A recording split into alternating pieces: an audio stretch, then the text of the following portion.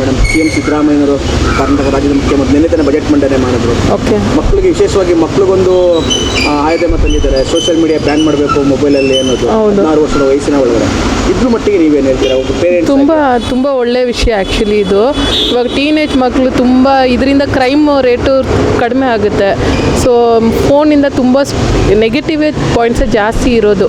ಟೀನೇಜ್ಗೆ ಏನು ಯೂಸ್ ಇಲ್ಲ. ಇವಾಗ ಓದೋಕ್ಕೆ ಕೊಟ್ಟರು ಅದು ಅವ್ರು ಓದೋ ಪರ್ಪಸ್ ನಾವು ಇದ್ರೆ ಜೊತೆಯಲ್ಲಿ ಓಕೆ, ನಾವು ಫೋನ್ ಕೊಟ್ಬಿಟ್ಟು ನಾವು ಬ್ಯುಸಿಯಾಗಿರ್ತೀವಿ. ಬಟ್ ಅದು ಆಪ್ಷನ್ಗೆ ಅವ್ರಿಗೆ ಬರುತ್ತೆ ಆಟೋಮೆಟಿಕ್ಕಾಗಿ.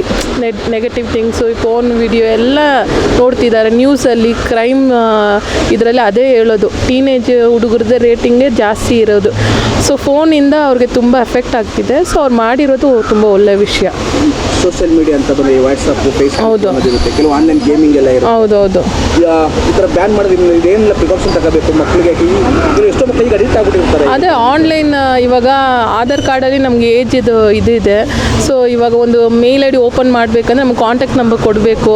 ಅದಕ್ಕೆ ನಮ್ಮ ಮೆಸೇಜ್ ಬರುತ್ತೆ, OTP. ಸೊ ಇದೆಲ್ಲ ಇದ್ರೇ ನಾವು ಓಪನ್ ಮಾಡಿ. ಸೊ ಗೌರ್ಮೆಂಟ್ ಬಂದು ಏಜ್ ವೈಸ್ ಅದು ಓಪನ್ ಮಾಡೋಕ್ಕೆ ಅವ್ರಿಗೆ ಅಲೋ ಮಾಡಬೇಕು. ಇವಾಗ ಅವ್ರು ಟೀನೇಜ್ ಇದ್ದರೆ ಅವ್ರಿಗೆ ಅಲೋ ಕೊಡಬಾರ್ದು. ಅವ್ರಿಗೆ ಏನು ಇದು ಲೈಸೆನ್ಸ್ ಥರ ಅದು ಲೈಕ್ ಓಪನ್ ಮಾಡೋಕ್ಕೆ ಅವ್ರಿಗೆ ಅಲೋ ಇಲ್ಲ ಅಂತರ ಇರಬೇಕು. ಅಟ್ಲೀಸ್ಟ್ ಪ್ಯಾರೆಂಟ್ಸ್ಗೆ ಮೆಸೇಜ್ ಬರಬೇಕು, ಈ ಥರ ಯೂಸ್ ಮಾಡ್ತಿದ್ದಾರೆ, ಈ ಥರ ಓಪನ್ ಆಗ್ತಿದೆ, ಈಗ ನಂಬರಿಂದ ಇದೆಲ್ಲ ಬರ್ತಿದೆ ಅಂತ. ಇವಾಗ ಸ್ಕೂಲಲ್ಲಿ ಹೆಂಗೆ ಅವ್ರು ಅಟೆಂಡ್ ಮಾಡಿಲ್ಲ ಅಂದರೆ ನಮ್ಗೆ ಮೆಸೇಜ್ ಬರುತ್ತೆ. ಆ ಥರ ಎಲ್ಲ ಪ್ರಿಕಾಷನ್ ಇರಬೇಕು. ಸೊ ಅದರಿಂದ ಗೈಡೆನ್ಸ್ ಮಾಡ್ಬೋದು ನಾವು ಮಕ್ಕಳನ್ನ. ಸೊ ಇದರಿಂದ ತುಂಬ ಕ್ರೈಮ್ ರೇಟ್ ಕಡಿಮೆ ಆಗೇ ಆಗುತ್ತೆ.